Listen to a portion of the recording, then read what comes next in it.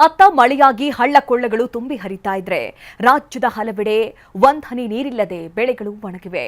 ರೈತರು ಒಣ ಭೂಮಿಯಲ್ಲೇ ಬೇಸಾಯ ಮಾಡ್ತಾ ಇದ್ರೆ ವರುಣನ ಕೃಪೆಗಾಗಿ ದೇವರ ಮೊರೆ ಹೋಗಿದ್ದಾರೆ.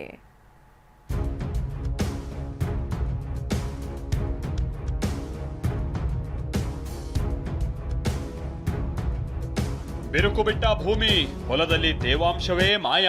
ಒಣ ಭೂಮಿಯಲ್ಲೇ ಬಿತ್ತನೆ ಮಾಡ್ತಿರೋ ರೈತರು ಗೊಬ್ಬರ ಮತ್ತು ಬೀಜ ಹಾಳಾಗೋ ಆತಂಕ. ಅನ್ನದಾತರ ಈ ತಳಮಳಕ್ಕೆ ಕಾರಣವೇ ಜಲಕಂಟಕ. ಬಾರದ ಮಳೆ, ಒಣ ಭೂಮಿಯಲ್ಲೇ ರೈತರ ಬಿತ್ತನೆ. ಗೊಬ್ಬರ ಬೀಜ ಹಾಳಾಗುವ ಆತಂಕದಲ್ಲಿ ಅನ್ನದಾತ. ಹೊಲದಲ್ಲಿ ಕೊಂಚವೂ ತೇವಾಂಶ ಇಲ್ಲ, ಆದರೂ ಒಣ ಭೂಮಿಯಲ್ಲೇ ರೈತರು ಬಿತ್ತನೆ ಮಾಡ್ತಿದ್ದಾರೆ. ಕೊಪ್ಪಳ ಜಿಲ್ಲೆಯಲ್ಲಿ ಮಳೆ ಆಗುತ್ತೆ ಅನ್ನೋ ನಿರೀಕ್ಷೆಯಲ್ಲಿ ರೈತರು ಗೊಬ್ಬರ ಮತ್ತು ಬಿತ್ತನೆ ಬೀಜ ತಂದಿಟ್ಕೊಂಡಿದ್ರು. ಆದ್ರೆ ಇನ್ನೂ ಮಳೆ ಆಗಿಲ್ಲ. ಹಾಗೆ ಇಟ್ರೆ ಗೊಬ್ಬರ ಮತ್ತು ಬಿತ್ತನೆ ಬೀಜ ಹಾಳಾಗುತ್ತೆ ಅನ್ನೋ ಆತಂಕದಲ್ಲಿ ಕುಕನೂರು ತಾಲೂಕಿನ ಕೋಮಲಾಪುರದಲ್ಲಿ ರೈತರು ಒಣಭೂಮಿಯಲ್ಲಿ ಬಿತ್ತನೆ ಮಾಡ್ತಿದ್ದಾರೆ.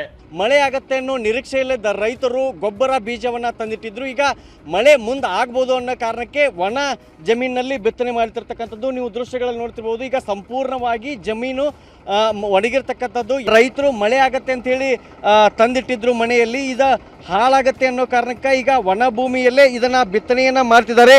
ಒಂದು ಕಡೆ ಮೆಣಸಿನ ಬೀಜ ಜೊತೆಗೆ ಗೊಬ್ಬರವನ್ನು ಕೂಡ ಈ ರೈತರು ಮಳೆ ಆಗತ್ತೆ ಮುಂದೆ ಅಂತ ಹೇಳಿ ತಂದಿಟ್ಟಿದ್ರು. ಈಗ ಗೊಬ್ಬರವನ್ನು ಕೂಡ ಇದರಲ್ಲಿ ಹಾಕಿರ್ತಕ್ಕಂಥದ್ದು. ಬೀದರ್ ಜಿಲ್ಲೆಯಲ್ಲಿ ಮಳೆ ಕೊರತೆಯಿಂದಾಗಿ ಸೋಯಾಬೀನ್ ಬಿತ್ತನೆ ಮಾಡಿದ ರೈತರು ಕಂಗಾಲಾಗಿದ್ದಾರೆ. ಬಾವಿ ಮತ್ತು ಬೋರ್ವೆಲ್ಗಳಲ್ಲೂ ನೀರಿನ ಪ್ರಮಾಣ ಕಡಿಮೆ ಆಗಿದೆ.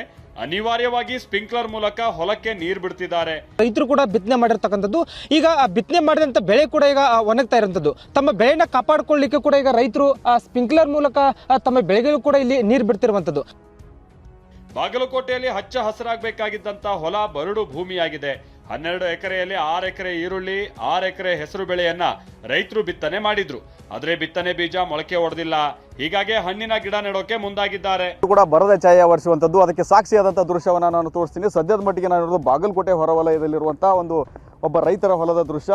ಸಹಜವಾಗಿ ಇಲ್ಲಿ ನೋಡ್ತಾ ಇರ್ಬೋದು, ಈ ಭೂಮಿ ಸಂಪೂರ್ಣವಾಗಿ ಏನೋ ಬಿರುಕು ಬಿಟ್ಟು ಹೋಗಿರುವಂಥದ್ದು. ಅಂದ್ರೆ ಮಣ್ಣಿನಲ್ಲಿ ಸ್ವಲ್ಪ ಕೂಡ ತೇವಾಂಶ ಇಲ್ಲ. ಮಳೆ ಕೊರತೆಯಿಂದಾಗಿ ದಕ್ಷಿಣ ಕನ್ನಡ ಜಿಲ್ಲೆಯಲ್ಲಿ ನೇತ್ರಾವತಿ ನದಿ ಬರಿದಾಗ್ತಾ ಇದೆ. ಪ್ರತಿ ವರ್ಷ ಜೂನ್ ತಿಂಗಳ ಅಂತ್ಯಕ್ಕೆ ಅಪಾಯದ ಮಟ್ಟ ಮೀರಿ ಹರಿತಾ ಇದ್ದ ನೇತ್ರಾವತಿ ನದಿ ಸದ್ಯ ಧರ್ಮಸ್ಥಳ ಬಳಿ ಬರಿದಾಗ್ತಾ ಇದೆ.